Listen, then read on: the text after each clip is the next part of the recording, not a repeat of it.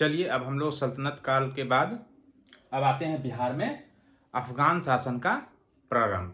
बिहार में अफगान शासन का प्रणेता कौन थे और उसने कैसे बिहार के राजनीतिक स्थिति को, सैनिक स्थिति को, सांस्कृतिक स्थिति को बदला, इसके बारे में हम लोग जानने का प्रयास करते हैं। तो आइए सुनते हैं।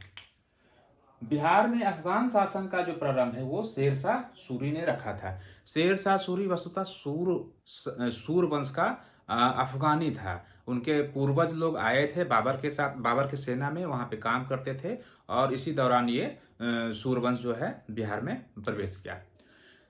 शेरशाह का जो बचपन का नाम था वो था फरीद खां। क्या नाम था? फरीद खां। और इनके पिता जो हैं हसन खां सहसराम या सासाराम या वर्तमान में इसको रोहतास कर लीजिए, वहाँ के वो जागीरदार थे।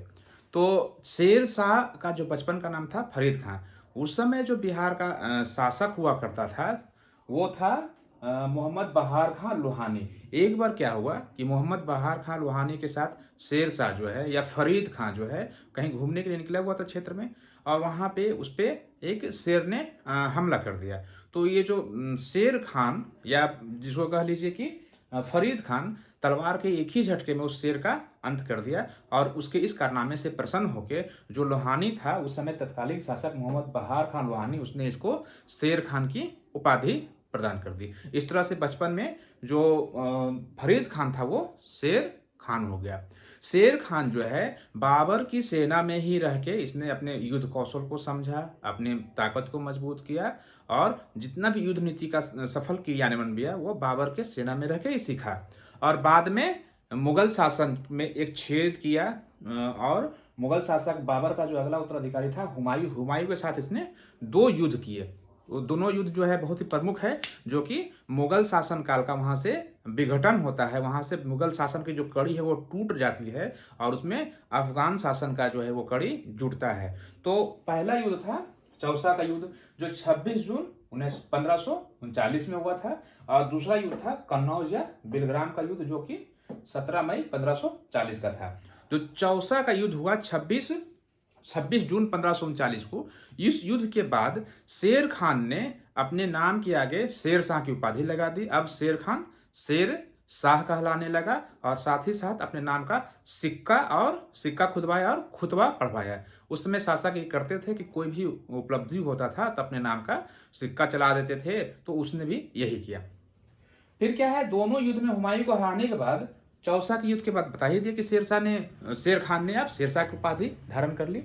अब इनकी हम लोग शासन व्यवस्था में जो प्रणाली कायम की थी उसके बारे में जानने का प्रयास करते हैं।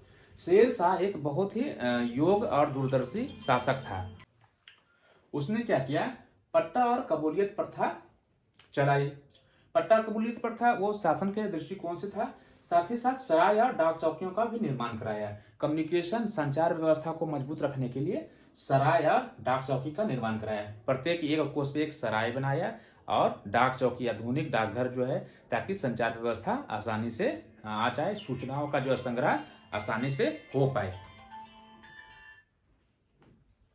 तो इस तरह से इसके बाद इसने पटना में दुर्ग और पटना को बिहार की राजधानी का घोषणा किया।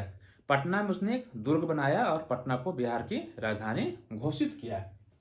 भूमि सुधार के अंतर्गत इसने भूमि के नाप के अनुसार भूमि कर जो है वो लागू किया। पहले क्या था कि बिना किसी योजना के भूमि कर जो है शासन में थोप दिया जाता था, लेकिन जब शेरशाह आया तो इसने एक नियम लगा दिया कि जिसकी जितनी भूमि की नाप होगी, मतलब जितना जमीन होगा उसके हिसाब से वो अपना कर देगा। तो इससे किसान को भी सहूलियत हो गई।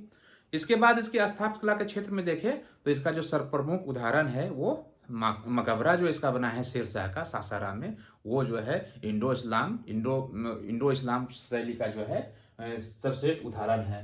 वर्तमान में इसको पानी रौजा भी कहते हैं। शेरशाह जो है इस मकबरा को बनाने का शुरुआत किया था, लेकिन पूरा नहीं करवा पाया, और उसका अगला शासक जो है इस्लाम शाह ने इस मकबरे को पूरा कराया। यह मकबरा जो है बिल्कुल तालाब के बीचों बीच बना हुआ है, लाल बलुआ पत्थर का बना हुआ है, बड़ा शानदार मकबरा है, और इसको भारत का दूसरा ताजमहल भी कहते हैं।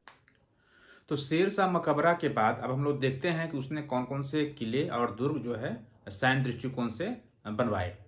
तो देखिएगा कि पटना में शेरशाह ने एक मस्जिद ही बनाया है, जो कि वर्तमान में भी है, और रोहतास से 20 मील दूर जो है दक्षिण पश्चिम में उसने एक महल बनाया जो कि बिल्कुल किला के जैसा था, और उस महल का नाम रखा शेरगढ़ किला। आज वो जो किला है उसके भग्नावशेष उसके जीर्ण अवस्था में वर्तमान में मौजूद है। फिर इसका एक महत्वपूर्ण था रोहतासगढ़ का किला। कभी रोहतासगढ़ का किला जाइए तो उसकी मजबूती को देखिएगा तो आपको हैरानी होगी कि उस समय के लोगों ने कितने मजबूत तरीके से और किस तकनीक का आविष्कार करके ये किला का निर्माण जो है पहाड़ पे करवाया है। फिर इसमें चित्तौड़ का किला, ग्वालियर का किला, चुनार दुर्ग का जो है पुनर्निर्माण भी कराया, उसको मरम्मत कराया, जो सैन्य दृष्टिकोण से काफी महत्वपूर्ण था। जब इनके निर्माण कार्य की बात करेंगे तो एक महत्वपूर्ण चीज है जो कि हम लोग कभी भी छोड़ नहीं सकते हैं, वो है ग्रैंड ट्रंक रोड। चुनार ये जीटी रोड जो है ये पूर्व का बना हुआ था, जिसको शेरशाह ने पुनर्निर्माण कराया, उसकी मरम्मत कराया। उसको अब वर्तमान में हम लोग उत्तरापथ के नाम से जान लेते हैं, या बादशाही सड़क के नाम से जान लेते हैं, या सड़के आजम के नाम से जान लेते हैं, या शाहे आजम के नाम से उसको हम लोग उस सड़क का नाम हम जानते हैं। शेरशाह ने ही इसका पुनर्निर्माण कराया था। बाद में जो 7वीं शताब्दी में जब ब्रिटिश सरकार आई तो इसका नाम बदल के जीटी रोड या ग्रैंड ट्रंक रोड कहा गया, जो कलकत्ता से सीधे पेशावर तक जाती थी, लाहौर पेशावर तक जाती थी। तो बिहार में हम लोग अफगान का शासन पढ़ लिए, शेरशाह सूरी का। तो अब हम लोग पढ़ते हैं बिहार में मुगल वंश और उसके प्रभाव।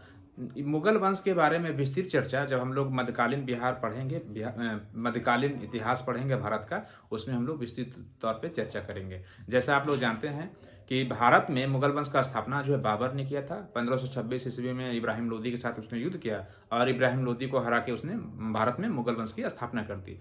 तो वो जो बाबर का काल था वो भारत के संदर्भ में था, लेकिन बिहार के संदर्भ में अगर देखा जाए कि बिहार वास्तविक में कौन से काल में मुगल वंश के अधीन रहा है, तो वो काल जो है वो रहा है 1574 से 1580 के बीच, जो बिहार में मुगलों का वास्तविक अधिकार हुआ है।